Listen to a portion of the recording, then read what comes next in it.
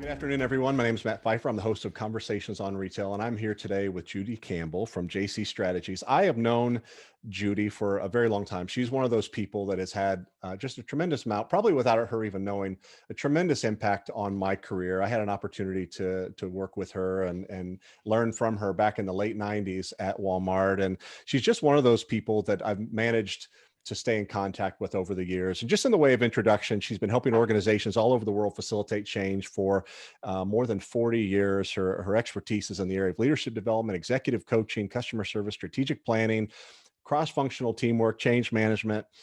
She supports a wide variety of industries. The one, obviously, that we're the most close to is what she's done in retail. And she's done work with Walmart, Home Depot, Cabela's, Winn-Dixie, and others. She's a nationally known speaker and just a lot of fun to spend time with. Judy, thank you so much for making this time. It's always so much fun visiting with you. And like I said, the whole purpose behind Conversations on Retail is to give people an opportunity to get to know folks like you that they have known Thanks, Matt. of, interacted with through the course of their career, but just don't know the first thing about you. So this is a great opportunity for us to get to know you beyond the work that you've done with so many of us over the years. So welcome and thank you for the time.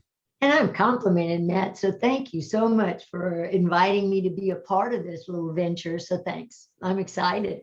Yeah, absolutely. So what I like to do is, and I told you, I'm not going to ask you your favorite color or anything like that, but folks would love to know, who you are, where you grew up, where you came from, what was your upbringing like, how did you spend your time, and talk in terms of mentors and interests and passion and the things that kind of were stirred up in you as a young person that maybe created a little bit of a preview of what was to come in your professional life in particular. Uh, Port Arthur, Texas, right on the Texas-Louisiana border. Oil and gas, chemical industry, that's what's there. That's its base. But we're talking big refineries. I used to hear when I was a kid that it was the #3 bomb spot on the United States map if ever there were a nuclear attack, Hmm. because it would set off a chain reaction in the pipelines that would 2/3 of the US could be blown off, which was not an encouraging thought for a kid growing up Hmm. there. But grew up there. Dad was a machinist at Texaco Refinery for almost 40 years. And a mom who was homemaker and went to work when we were a little bit older. And all three of us were the first ones to go to college, all graduate, all three very different professions. But very early on, age 6, I knew what I wanted to do. And it was a vacillation between being an actress and I wanted to be on the stage. Hmm. But the real passion was I wanted to teach. That anytime anybody would ask me, my mom would say, there was never a hesitation. It was, I'm going to be a teacher. I laugh sometimes because one of my favorite wishes for Santa Claus when I was like maybe 10 to 12 was my own overhead projector so that I could actually have one of my very own kind of in my room. So very early, I thought I knew what I wanted to be. And I spent my life, Matt, heading in that direction. What do My you think dad I'm sorry said, to interrupt you. What do you think stirred up that interest to teach? Where did that come from? um, I will tell you where my mom said it got a heavy start was like teaching school in the garage in the Mm, summers. And mm, imagine Port Arthur, Texas. I mean, Gulf Coast, humidity mm, and heat. But my sister and our little neighbor would actually come. And I could remember writing on the wood walls with chalk.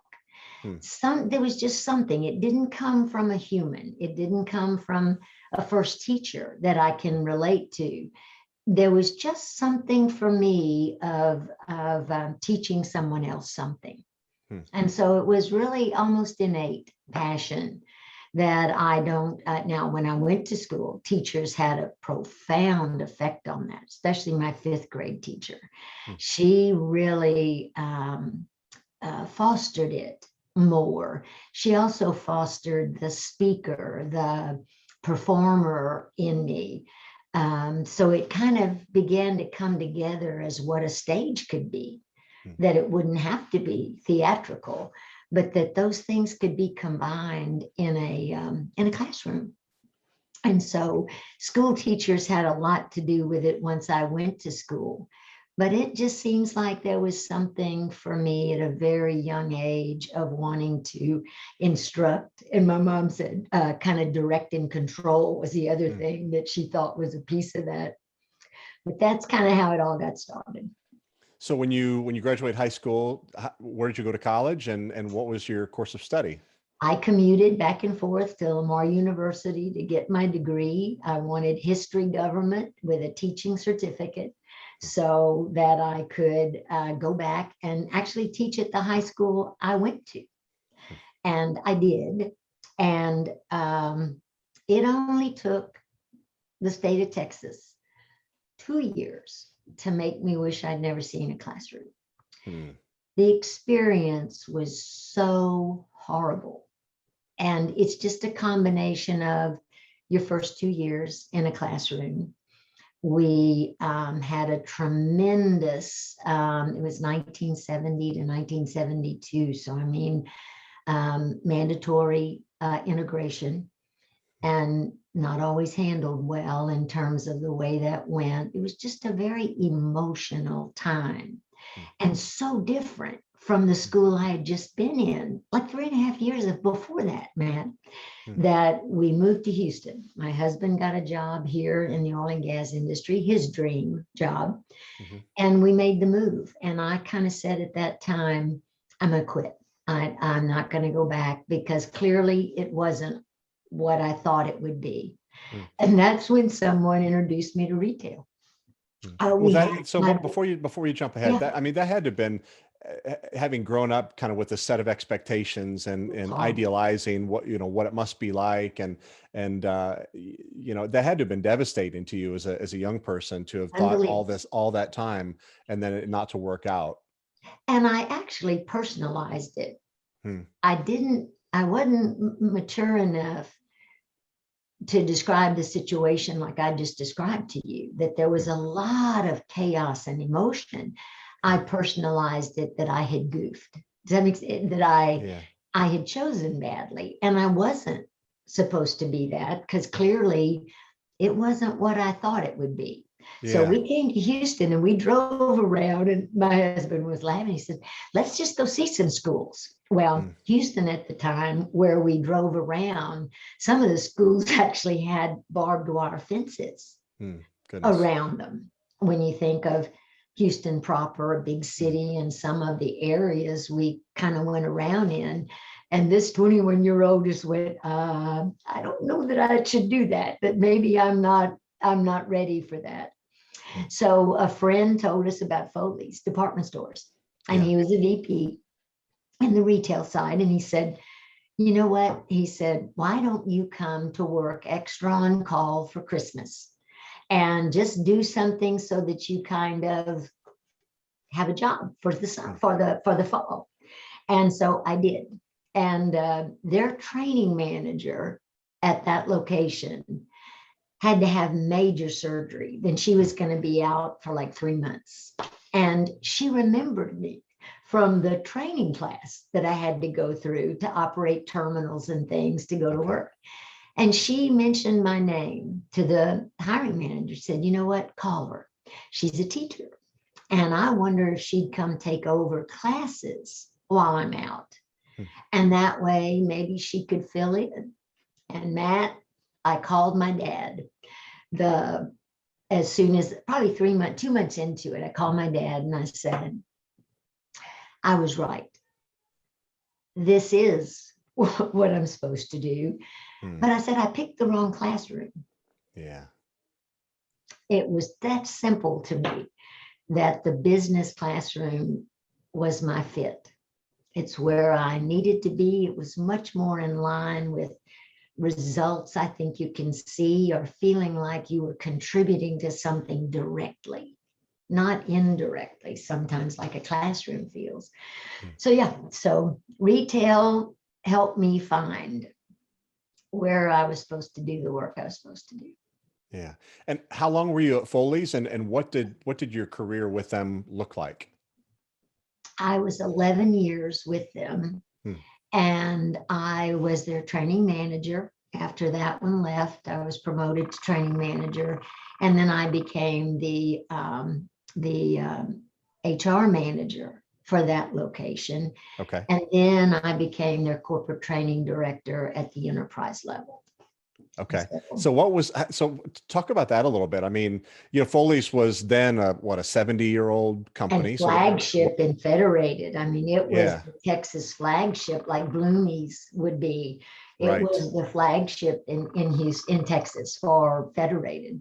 Right. And so, in what way, Matt? Ask me the question again. Well, I was just going to say, how did you go from a store level position to being selected to work at headquarters and that much bigger job? What did that process look like?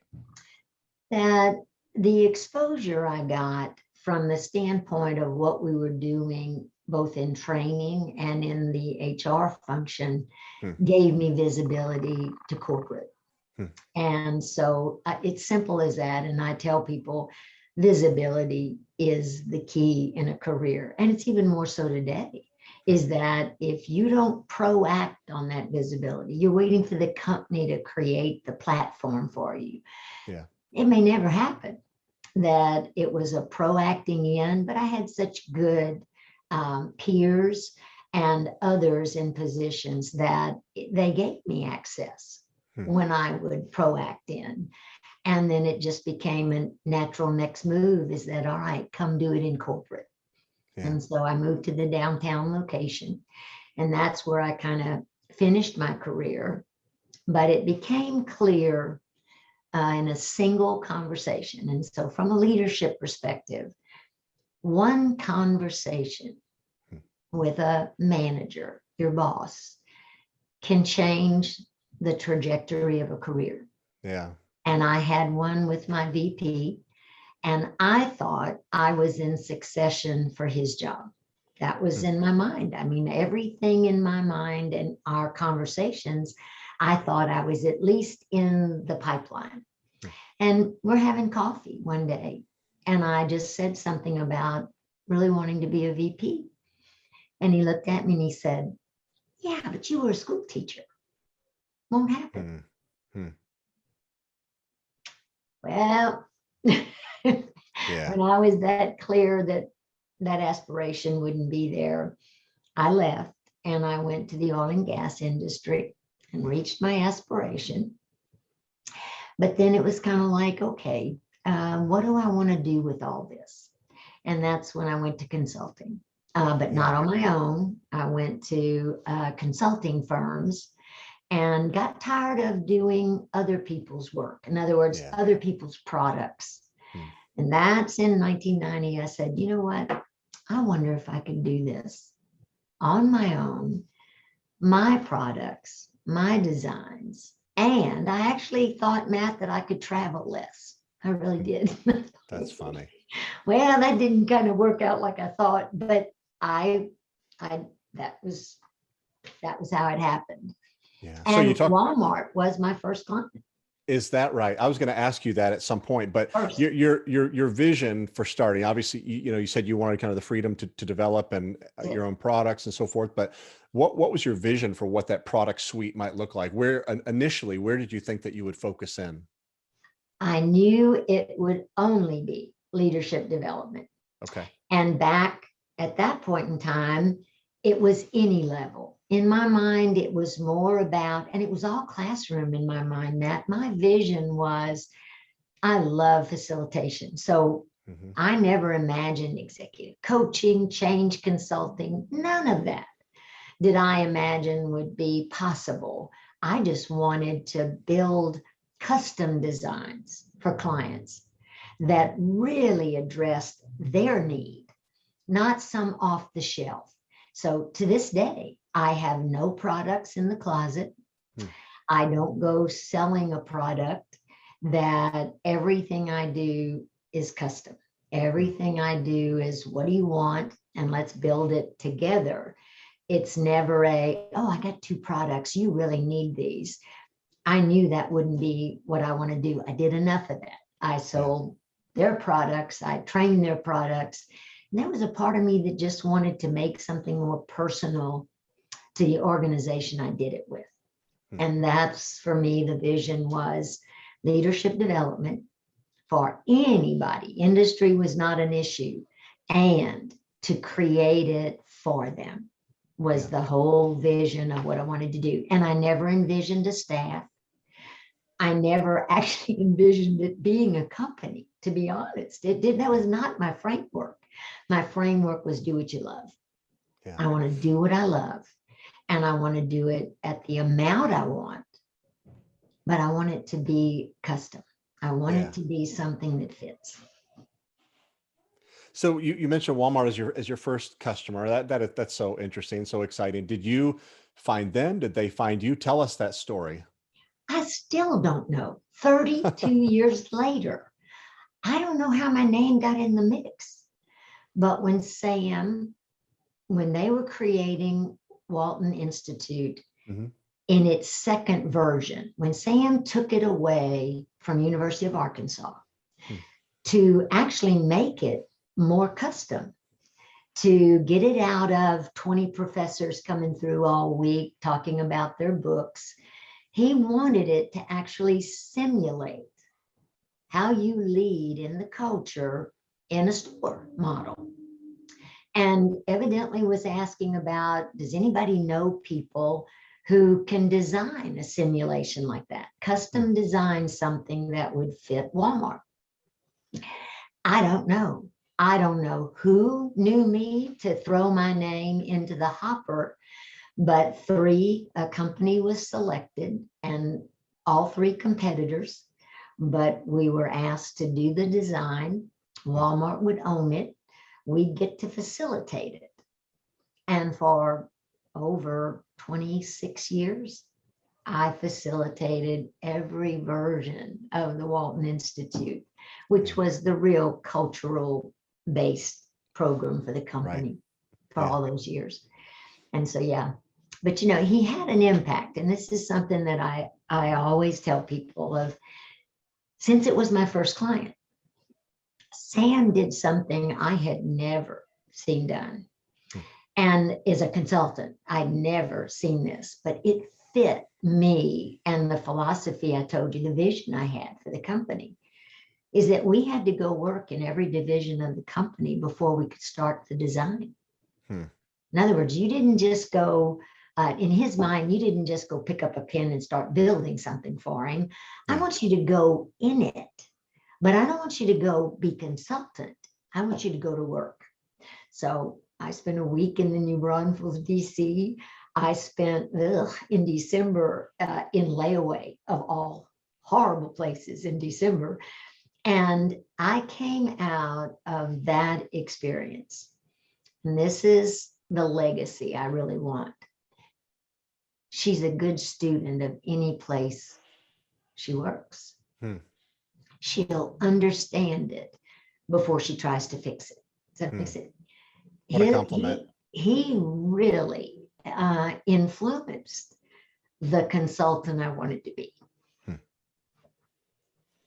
Tell us some of your favorite Walmart stories. My sense is you probably have had a hand in training just about everyone on executive row, at least a good deal of them. Tell some of your favorite stories. And I'll be honest, I knew them at some point on their way to where they are, and had them in a classroom at some point because, and everybody had to go through the Institute. That's right. So you're going to see them all. I'm sitting here and I'm going, what story would I tell on someone? I did have something occur 3 years ago with one of the executives, and this is when he kind of laughed about that kind of exposure to all of them. We had our name badges. We were given badges like everybody else. And we got to executive row after a big meeting. And he said, we've changed everything, Judy. I don't think yours will work. So he said, let me just use mine and we'll be good. And I said, you know what? Would you just let me experiment? And he laughed. He said, yeah, but I'm telling you, it worked, Matt. And he looked at me and he said, is there any place in Walmart you can't get in? I said, I don't know yet, but I'm on a hunt. So it was like, but that's when I guess for me, my stories are more around an internal, external consultant, not an external, that I never felt that way. Mike Duke, they told me one time, said, best external, internal, you'll see. Yeah. But it was all around, I guess, being a good student, wanting to be an associate, not an outsider at any time. And so my stories are more about, I got to see so many people on their way. Working with Sam was an experience, and one that for me will be the highlight of my career, is having an opportunity to watch him lead. And stories I tell about him are his expectations of managers when they missed the expectation of servant leadership or the culture or a result. He was a firm hand. And people that kind of think, no, it was never soft and fuzzy. And if you were a manager, you knew the expectations were high and you don't miss them, because it won't be a cakewalk. It will be a tough discussion. Yeah. I joined the company not long after he passed away. And that's one of the greatest regrets I had in my career with Walmart, is never having an opportunity to meet him. But I heard so many stories where he would show up at a store grand opening and he would be out, dropping his note cards and kind of fumbling around, being relatable with the associates. And he was Mr. Sam, and everything was wonderful. And then he would take the management team to the back, and that's where everything changed. That's where everything changed. He definitely wasn't the sweet old folksy, aw shucks, I'm not really sure I understand what's going on here. He knew his business, and what made him so impactful was his ability to surround himself with great people, but then to create real accountability. And people work so hard to meet for him. Yeah. That it truly was, you did it out of a love almost for the vision that he had. But that will be a highlight for me. I remember one afternoon, I had a presentation to all of them, Don Soderquist and David and Sam. And at the end of it, we were walking out and Sam said, "Are you a consultant?" And I said, "Well, just by the way you asked that question, I'm not sure I want to be one. So why don't you tell me what that is to you?" Because it was almost like, no, I don't want to be one, because the way you just asked that did not sound like it's something. And at the time, people told me there were none in Walmart. And I didn't think of myself that way, by the way. I was a facilitator. I'm teaching Walton Institute for you, and I helped design it. But there was a belief that we run our business. We don't bring other people in. If we want to know, you go talk to the associate, just like you were describing. I'll go visit. I won't let a third party tell me. I want to go kind of to the source. I think there would be a lot of people surprised to know that you weren't an associate, because everyone has always kind of thought of you as family, right? And and that it was uncommon to have a relationship like that between someone who's technically outside the organization. One thing that I have admired about you is that so much of us, me especially, we rely upon social network and this mass connectivity in order to tell our story and to build our brand. But it's really difficult to find anything about you anywhere. I mean, most of the time before I have these conversations, I'll get on YouTube and I'll be able to find five or six other conversations with people that I can at least use to generate some ideas, and there's nothing. And I get on LinkedIn, and the only thing you've ever posted on your account is words of encouragement, words of congratulations. You're never posting about, look at me, this is what I'm doing, this is where I'm at. And I think that's amazing, but I would love to hear you speak to how you've done that. Now, obviously, when you started your business, you couldn't throw up a website and throw up a YouTube channel. So you never become reliant upon those things to begin with. I was so already established when those things began to be the new stuff of the day. It actually started out of a bandwidth issue, by the way. I mean, I knew to put a website out there might attract work or inquiry. And Matt, there was no way. I had no bandwidth to be able to do more than I did. And I wasn't going to add people. This was never a vision of, I'll have 20 people working for me one day. It wasn't. This was my vision for my work was my work. It was not build this big franchise of a sort that's got a lot of people in it. So bandwidth has always been my limitation because it's just me. So it started from a very practical, not wanting to solicit business I couldn't keep up with, or even set an expectation that you should call, because then it's not going to be very responsive in terms of when I might be able to work with you. So it started as a bandwidth issue. But what began to happen, and it did from the very beginning, for my entire consulting, having my own company, it has been word of mouth. I've never made a sales call. I don't have a website. I have a one-page brochure that you read very nicely from at the opening. And that's it. That if you want to find me, you typically find me through a network of people who will speak for me, not websites, not YouTubes, not this business of mine got formed by a network of relationships that passed the word around. And I've enjoyed an amazing career, just word of mouth. So that's what happened. And then I'm at the stage of my career where I'm not looking to expand, but I want to continue. I'm not gonna retire. And people laugh. I wish they'd stop asking me. I love my work.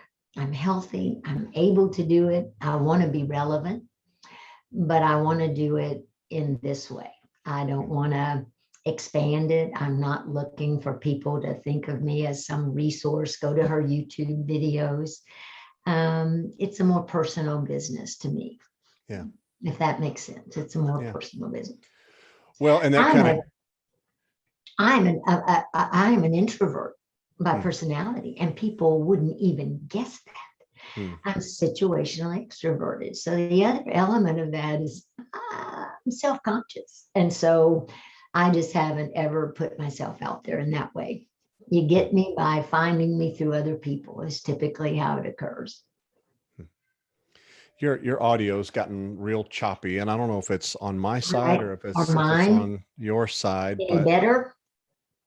No, it's almost like there's a delay, and we'll edit this part of it out. But yeah, I don't know, because I don't see anything on mine. So yeah, that's crazy. That's crazy. That is odd. Okay. All right, Richard. Thank you for that. He said it's fine on his side. So as long thank you, Richard. Thank you so much. All right, so Alex, we'll edit this part of it out. We'll just keep going. So my next question, you answered to some extent, but I'd love to dig a little bit deeper. You said word of mouth is really how you've grown your business, and I've seen in my career some really good friends, executives that have left Walmart and they've gone to Home Depot and to Cabela's and to Winn-Dixie. And my sense is that's how you have been able to get drawn into these other businesses, because people will leave one organization and remember the experience they had and your impact, and they brought you along with them. Just like a leader who moves around will bring their trusted people with them.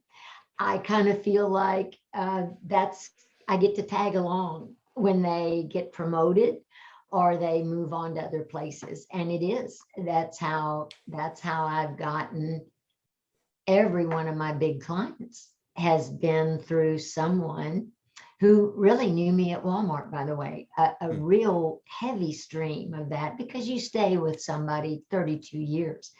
In a consulting capacity, you do get to meet so many leaders in that respect that they just kind of remember, or they tag me, or they bring me along. It's been amazing. Yeah. And of all my clients, I have about in my portfolio, the youngest has only been with me 10 years. Every client in my portfolio is 10 up to 32 years is Walmart. So it's that's where the word of mouth comes. I mean, it's just very established relationships that then share me with their networks. The executive coaching, I will say, is another word of mouth outlet that's not so much the enterprise as it is working with an individual who then passes your name around if it's been a good relationship, so that the coaching side of it is also word of mouth from people that I've gotten to have engagements with. So my next questions are really more about kind of the world as you see it, and more specifically, how the world that you live in professionally has changed. The workplace is so much more complicated now, and in what ways do you feel like leaders are being challenged more or differently than perhaps at the beginning of your career as a consultant? Probably number one is accelerated speed and complexity, and an ability to anticipate. I mean, even with big data and analytics, and the difference for me on one level and a priority level is good judgment in a moment of choice. And it's a nanosecond. It's not you got 3 months, somebody's already there. And you know what? You got two choices: adjust and get on before the profit's gone in it, because those who get on it first now get the money out of it before somebody else shifts it. So that's number one. But something happened in the pandemic that I'm kind of glad I stuck around to see. Empathy, not as a personality trait, because we've always said, oh, they're very empathic. That person has a lot of empathy for other people. It was almost assumed that if you had it, it was great. But if you didn't, you didn't really need it. Something happened in this last 18 months that I will tell you, Matt, it is no longer a personality trait. Leaders who don't know how to listen to understand are going to miss the real root of anything. So seeing that come about as now something that you've got to be able to authentically demonstrate interpersonally is huge for me, as a shift that I've never seen in terms of what we'd say the top 3 skills are that you'd want in an executive. It's always been interpersonal, but never with a focus on empathy, being able to listen more than talk. And that leads to number 2. I'm seeing a tremendous shift away from leaders who have strong voices to tell and direct, to leaders who have the art of the artful question. They know how to do skillful inquiry to get other people's perspectives. Because today, you better not assume yours is it. You better get at least 20 more before you decide. Does that make sense? There's a curiosity a leader has to have today at the highest levels that I don't think we needed in the past. They needed more certainty about what they knew, what their experience was. And today, don't get too cocky that anything you know will actually work today if you haven't done that job today. So those 2 things, I've never seen the amount of pressure on a leader to be able to do both of them authentically in my 50 years in this. I've never seen this. So to me, it's telling us a lot about what we're now going to expect from a leader. The turnover that's going on right now actually has a name. It's the Great Resignation that's occurring post COVID, the return to work, if you will. And we're seeing a lot of people who in the last 18 months did a lot of introspection about how they wanted to work, how they wanted to live, where they wanted to live. And they are exercising free agency without jobs because they believe they can get the environment they desire. They don't have to go back to work. And I don't know that our leaders have ever faced into a time when it's not, I don't like the company. It's, I want a different work environment. Does that make sense? It's not a dislike of my boss or the culture. It's, you know what? I got choice. And I also now know what I want. And I think I can parlay it into a life. This Generation Z, this last one, are going to be the ones who want to live where they want to live and work remote. Yeah. And that's going to be, these are some hard things coming from a standpoint of any traditional leadership mindsets we had. This one's going to require some real mindset shifting, hence empathy. You better listen to understand what's going on, because it's not the old stuff. It's not better pay. It's lifestyle. Yeah, as if companies didn't have retention issues already. Now, absolutely. Now we've been shown, and it can have tremendous confidence in our ability to we can maintain this lifestyle without being chained to the desk and without all these other things where we've compromised. And that's a shift. I mean, you can just even you summarizing it, you feel the import of it. It's a new day in a leadership sense. And it's all the skills we've always needed, by the way. So it doesn't change that.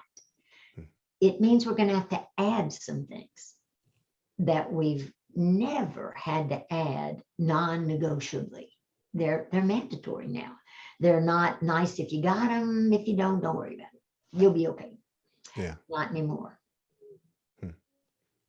Now, does that connect, Matt, with other things you're hearing? Does that kind of? Yeah. I've talked before about my perception, and I hope and believe that you'll correct me if I'm wrong, but it seemed like, at least in the early part of my corporate career, of course, I've been out of corporate America for 16 years now as an entrepreneur, but it seemed as though there was this tendency in big companies, especially, to invest a lot of time and attention in helping a leader develop those skills early in their career. And then the rest of it was kind of you're going to learn on the job. It's more about, experiential. Are you seeing that first of all, do you agree with that, perception? And have you seen companies embrace more this idea that leaders need to be re-engaged and throughout the course of their entire career to make leadership development a priority, an ongoing process? And I've seen it in a level, Matt. So here would be kind of an extension of what you were saying. We invested in the front line heavily because we believe you got to give them the tools to lead people. And everybody did a pretty good job of that. It's standardized, it's a baseline, and everybody gets it. And then we tend to catch you on the executive side, but more in the sense of university programs. We send you to some executive program at Duke, or we send you to, that we tend to then give you something on the top end, experiences at the top end. But where we miss is the most complex leadership job there is, and it's middle. We overlook it. It's almost like if, well, you did frontline and you got all that training, you don't need to do anything until you get to executive. And that is the most critical place in the organizational hierarchy. And it's the most overlooked in development. And yet I'm seeing today, we are understanding the value the middle brings. And I'm seeing a lot more attention to what you do with that middle level, that director to a VP in most organizations. It's where we don't tend to invest. It's we think we did it. And all we did was promote them. Well, yeah, but you promoted them into a really chaotic spot. And if you don't train to that level, they end up doing the last job they were good at. Does that make sense? But we're paying them more to do it because we don't redefine the expectation at that level. So I absolutely agree with you. And the middle is the most overlooked development arena. And yet today I see it growing in its importance. I see companies building, even consulting firms that I work with like Berkman, we just designed their middle program to even have it in their portfolio. So it's the one that I think is getting a lot of attention coming out of all of this. Is that middle level leader that you need so much because they're the translator to the front line. And so they're a critical element. Richard just sent a note too, if I can react, because I thought it was great. He's reading more, he said, about the tension between the return to work and the remote. And that plays right into what I'm describing about the Great Resignation, is that it is, where do I want to live? And now I know I can work remote. In fact, I set the home office up and I'm not so sure I want to go back. So that added tension, when you even think of it from what we're talking about, developing leaders, we don't do much development about how you do all of this in remote space. Never have. And I think we're going to see a whole lot of development come up. We didn't even onboard people during the virtual. And I have companies that hired COOs during that time and they didn't get to onboard. They never met their staff. Some of them till a week ago had a meeting and got to actually meet the org. And you go, unacceptable. We're going to have to figure out ways because we're going to have a high population working remote. Not like used to. It's going to be big numbers. And I think we're going to have to shift some of our development to how do you work in that space and still create the engagement that we want. The other topic you and I have spent some time visiting about is this idea of intervention when a leader is in crisis. And one of the things that I really liked about Walmart, of course, this has been several years ago, but my friend Russ Robertson and the late Bob Hart had developed a program, a bit of a skunkworks, program really within Walmart, where they were constantly identifying the bottom 20% of store managers, bottom 20% of what were then district managers, et cetera. And they were kind of staging interventions, if you will, that said, okay, this person, if we don't do something, they're not going to make it, whether it's whether it's a performance related issue, whether it's an integrity related issue, this person's just not going to make it unless we intervene somehow. And I'm just wondering if Walmart is special in that thinking, not necessarily if I'm not asking who's doing it, who's not doing it, or whatever. No, I got you. Yeah. Are you seeing more and more organizations recognize that it's not enough to train someone to be a great leader at the beginning, then leave them alone and wait for them to inevitably fail? Or is there more of a tendency of creating these interventions along the way to identify and help these folks out so they're not at kind of this facing this existential threat? It's unique to Walmart, number one.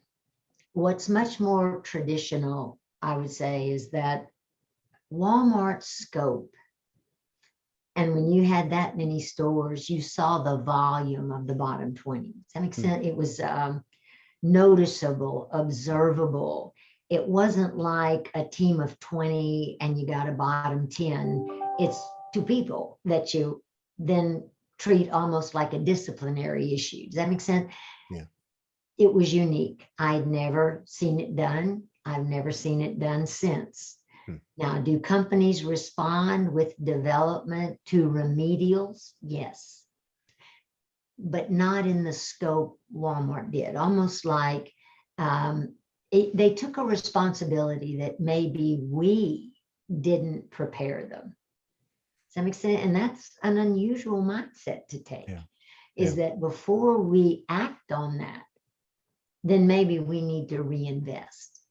That it could be us that didn't do enough to make them successful. Yeah.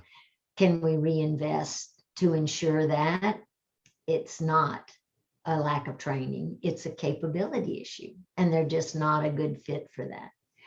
I don't see that. I've never seen it done again, and that just may be my client base. But what I tend to see is more, we treat it on an individual level, we treat it as a performance issue.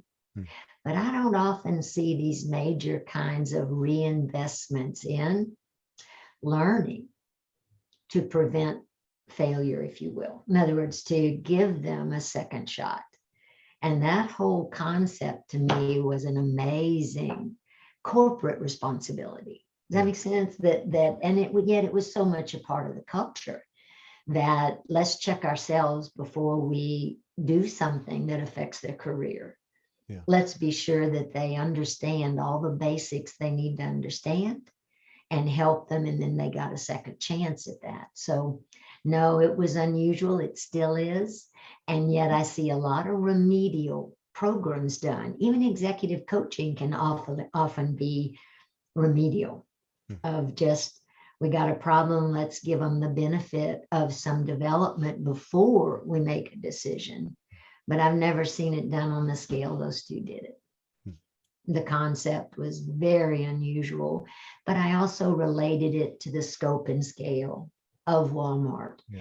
That you get that many in a bottom 20, you need to make an investment, because all you keep doing is firing and rehiring, right? You never get at the root of why there's that failure in a large percentage of people. I know you've got a hard stop, so I want to be really respectful of your time and maybe combine a couple of these last questions. So beyond the work you're doing with individuals and organizations in leadership development, et cetera, what's important to you as a human in your life outside work? What, and the second part of that question, I guess, which makes it a little easier to answer, is how would you want to be remembered in the totality of your life and the various hats that you wear? How would you want to be remembered as a human? Relevant, even with age, stayed relevant. And my biggest brand, my desire would be, she was a good student. Yeah, back to what you said about Walmart, the value that you added to the organization was based on you understanding them first before you could impact real change. And the other piece is, if I'm going to ask you to be a student, anytime you show up with me, then I would hope that they see me in the same respect, that I will learn with them. It's not a one way, that it's going to be that mutually we can both come out of this with some expanded perspective, if nothing else. And I tend to want that to be the mutual feeling that they have. Yeah. Yeah. So my last question, you look like a person that just has a lot of joy. You certainly wear that on your face as you're working with folks. But my question is, has this been fun? You look at kind of the early disappointment when the teaching school didn't work out, and then your introduction to corporate America and to retail, and then having Walmart, this amazing company that as your first client, and then the opportunity to travel all over the world, like 9 countries where you've worked with companies. Has it been fun for you? I celebrated 50 years in it last September during the pandemic. And this was a conversation I had with myself, was who gets to do what they love their entire life, man? That's pretty cool. Yeah. That's pretty cool. And to still be able to do it is an amazing thing to me. It's amazing. So that's where my joy comes from. It's what I hope I was meant to do, but it's what I love to do. And I've spent my life doing exactly what I'm passionate about. Yeah. Yeah. people ask me all the time, and I was just asked the other day if I miss, miss working for Walmart. My answer to them is always the same. I miss it every day, and I would never go back. And the reason I say I would never go back is because the game has changed so much in Yes, 16 it years that I has. couldn't get a job answering somebody's telephone, truly. But just the highlight of my 13 years with Walmart was just the association With, with greatness, to be able to spend time with a Doug McMillan and with a Tom Coughlin and with so many amen. Gordon Erickson and so many others that Yeah. I had the great opportunity. And my sense is you're exactly the same. It's just Who the Walmart put in my path, Matt, there is no way I could have ever had those people in my life on my own.